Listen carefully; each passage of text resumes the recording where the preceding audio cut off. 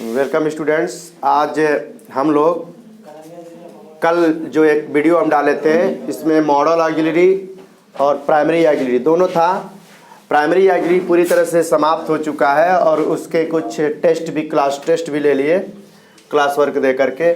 आज हम बता रहे हैं, एक ये चार्ट बनाया है और ये पूरा चार्ट मॉडल्स हैं इसके और difference use of modal auxiliaries, यानी मॉडल ऑक्सिलरी के भिन्न भिन्न प्रयोग है जिसमें can, could, may, might, will, would, shall, should, must, ought, used to, dare और नीड, इनके प्रयोग हम बताए हैं। और इनमें कैन का प्रयोग जैसे हम करते हैं एबिलिटी दिखाने के लिए, कैपेसिटी दिखाने के लिए, पावर दिखाने के लिए, परमिशन दिखाने के लिए और पॉसिबिलिटी दिखाने के लिए। अब एबिलिटी, योग्यता, यानी कैन का प्रयोग हम अपनी योग्यता या किसी की योग्यता बताने के लिए, कैपेसिटी यानी क्षमता, पावर यानी शक्ति। तो अब योग्यता क्या है, जैसे मैं अंग्रेजी पढ़ा सकता हूँ। क्षमता क्या है, जैसे वह 4 किलोमीटर दौड़ सकता है। पावर क्या है, जैसे वह 50 केजी उठा सकता है। अनुमति क्या है, क्या मैं घर जा सकता हूँ। और पॉसिबिलिटी क्या, संभावना क्या है कि जैसे वह यह काम कर सकता है। ऐसे वाक्य आएंगे और प्रेजेंट दिखाया जाएगा तो उसमें हम कैन का प्रयोग कर देंगे। तो कैन का प्रयोग ऐसे हम अब इसके आगे जो पढ़ाएंगे, अगला जो वीडियो मेरा आएगा उसमें मैं एबिलिटी को लिखूंगा और उसके 1 या 2 एग्जाम्पल दूंगा। फिर कैपेसिटी लिखूंगा, उसके 1-2 एग्जाम्पल दूंगा और समझाऊंगा कि किस पर्सन के साथ यह कैसे आता है। ऐसे ही पावर, अब ये बताएगा तो इसको लिखूंगा और 1-2 इसके उदाहरण दूंगा। ऐसे ही कैन का पास्ट होता है कुड। क्या होता है? कुड। और ये ability, capacity, power, permission in the past, polite request in the present और incidents in the past, past possibility और एबिलिटी और एन अनफुलफिल्ड कंडीशन, इनके लिए यह कुड का प्रयोग होता है। तो हम जैसे ability, capacity, power, permission in the past, यानी जो चीज़ें प्रेजेंट में ये दिखाई गई हैं और इनके लिए हम कैन का प्रयोग करते हैं, सेम वही चीज़ें पास्ट में, जैसे मैं यह काम कर सकता हूँ, तो यह प्रेजेंट हो गया और इसके लिए हम कैन का प्रयोग करेंगे क्योंकि हमारी उसमें क्या दिख रही है, एबिलिटी, कैपेसिटी या पावर दिख रहा है। लेकिन मैं यह काम कर सका, अब सका आ गया तो पास्ट हो गया और इसके लिए हम क्या दिखाएंगे, कुड का प्रयोग करेंगे। तो इनके साथ भी वर्ब का फर्स्ट फॉर्म आएगा और इनके साथ भी वर्ब का फर्स्ट फॉर्म आएगा। तो तमाम इनके फॉर्म्स और इनके यूज आगे आने वाले वीडियो में हम देंगे।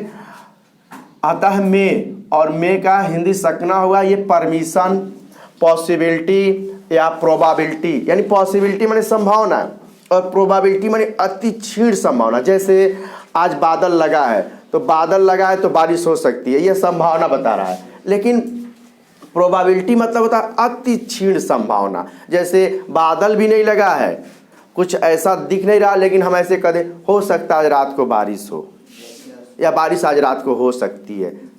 ठीक है, तो ये क्षीण संभावना, 2 प्रकार की संभावना। एक तो सशक्त संभावना दिखती है कि बादल लगा बहुत तेज का तो बारिश हो सकती है, वहाँ पे उसका हम प्रयोग कर सकते हैं। एक होता है क्षीण संभावना, जहाँ हम कोई उसके संकेत नहीं है, बादल नहीं लगा है, बिजली भी नहीं चमक रही है और मौसम भी सावन नहीं है, दूसरा मौसम है, तो संभावना तो कम होगी। वहाँ जब हम किसी चीज़ की संभावना करें, जैसे कोई आदमी अंतिम सांस चल रहा है फिर भी लोग कहते हो सकता है बच जाए, तो क्षीण संभावना है ना। इस स्थिति में हम प्रयोग करते हैं माइट, परमिशन के लिए, पॉसिबिलिटी इन द पास्ट के लिए, ये यानी पास्ट में पॉसिबिलिटी थी, ठीक है ना। लेकिन और पॉसिबिलिटी इन फ्यूचर, फ्यूचर में भी इसका प्रयोग होता है माइट का और पास्ट में भी इसका प्रयोग होता है पॉसिबिलिटी के लिए। और पर्पज इन द पास्ट, भूतकाल में मेरा क्या उद्देश्य था उसको प्रकट करने के लिए भी हम माइट का प्रयोग करते हैं। विल का प्रयोग हम करते हैं, ये तो हम ट्रांसलेशन में बता चुके हैं। वुड का प्रयोग नहीं बताया गया। वुड का प्रयोग polite request in the present, जैसे हम किसी के से कह रहे हैं would you please give me your pen, तो पोलाइट रिक्वेस्ट कर रहे हैं, विनम्र निवेदन कर रहे हैं। और कहाँ? प्रेजेंट में। किस में? देखो polite request in the present, happening in the past, कोई काम पास्ट में हो चुका है उसको दिखाने के लिए हम वुड का प्रयोग करते हैं। ऐसे ही to inquire about the wish of any person, किसी आदमी के इच्छा को पूछने के लिए भी इसका हम प्रयोग करते हैं। और पोलाइट ऑफर, एकदम बिल्कुल कि हम कुछ ऑफर कर रहे हैं किसी को, जैसे चाय कॉफ़ी दे रहे हैं तो पोलाइट रिक्वेस्ट करने के लिए हम वुड लगा देंगे उसमें। Permission and wish in interrogative और पास्ट पॉसिबिलिटी, यानी इन सब चीज़ों के लिए हम किसका प्रयोग करते हैं, वुड का। लोग कहते हैं ना would you please give me, या फिर मतलब जैसे कोई सिगरेट पीना चाहता है तो तुमसे पूछता है तो वुड लगा देता है कि क्या मैं यहाँ सिगरेट पी सकता हूँ। तो ऐसी स्थिति में इसका प्रयोग होता है। सेल का प्रयोग सेकेंड और थर्ड पर्सन के साथ सेल का प्रयोग होने पर permission, command, threat, legal warning और डिटर्मिनेशन दिखाता है। ये पूरे के पूरे जो चार्ट है, इस पूरे चार्ट का एक एक का हम एग्जाम्पल सहित इसका क्या करेंगे, वर्णन करेंगे। और ये पूरा बहुत काम का चीज़ है। बहुत बच्चे इसको हाई स्कूल इंटर पढ़ के निकल जाते हैं और कहीं वुड आता है और कहीं शुड आता है, कहीं मस्ट आता है, ऑट आता है, समझते ही नहीं है इसका हिंदी क्या होगा। तो फिर जब हिंदी नहीं समझते हैं और इसका यूज नहीं जानते हैं कि किस किस परिस्थिति में यह यूज होता है, तो फिर उनके लिए अंग्रेजी आसान नहीं दिखती है।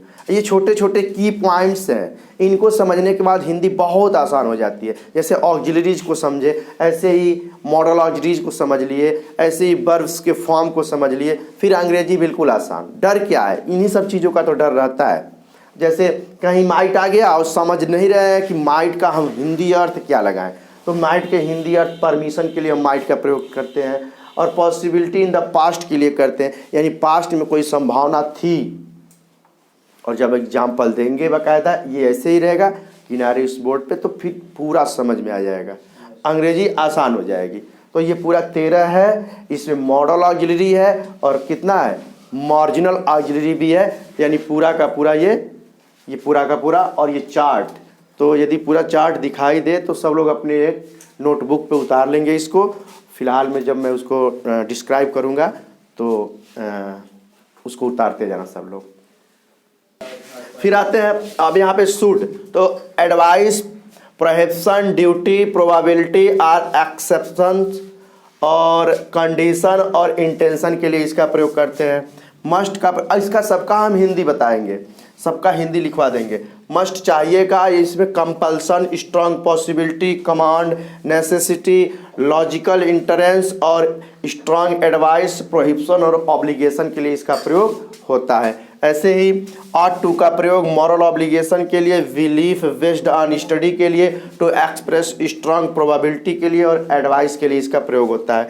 यूज्ड टू का प्रयोग करते हैं रिपीटेड आर हैबिचुअल एक्शन, यानी जहाँ पे एक काम को बार बार दोहराया जाता है या किसी की आदत जब दिखाना रहता है। जैसे एक बूढ़ा आदमी प्रतिदिन पूल तक टहलने जाया करता था, उसका प्रतिदिन का आदत है, तो रिपीटेड हो रहा है ना कोई काम, तो यहाँ बता दिया है कि repeated or habitual action in the past. और क्या है, डेयर, डेयर जहाँ पे हिम्मत दिखाने के लिए भी होती है। Use to show the lack of courage, किसी के हिम्मत कमी को या अधिकता को दिखाने के लिए।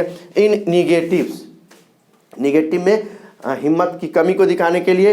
Interrogative, to ask about such courage, और किसी से जैसे कोई कहता सुनते हो ना, हाउ डेयर यू, तुम्हारी इतनी हिम्मत, तुमने छू दिया मेरा सामान, बोलते ना, तो इंट्रोगेटिव में पूछने के लिए कि तुम्हारी इतनी हिम्मत है, और निगेटिव में उसके कमी को दिखाने के लिए हम डेयर का प्रयोग करते हैं। इनका प्रयोग सहायक क्रिया के रूप में भी होता है, मुख्य क्रिया के रूप में भी होता है, ये आगे बताएंगे। क्योंकि जो कल वाला चार्ट बनाए थे, प्राइमरी ऑक्सिलरी, मॉडल ऑक्सिलरी और मार्जिनल ऑक्सिलरी, 3 था ना। प्राइमरी ऑक्सिलरी 2 भाग में बटा था, सहायक क्रिया और मुख्य क्रिया, और मार्जिनल ऑक्सिलरी भी 2 भाग में बटा था, सहायक क्रिया और मुख्य क्रिया, तो वही है। और नीड का प्रयोग करते हैं, lack of necessity, usefulness and obligation in the negatives. तो इस प्रकार से इनके सारे प्रयोग बताए जाएंगे और नेक्स्ट वीडियो में मैं इनका डिस्क्राइब करूंगा। धन्यवाद।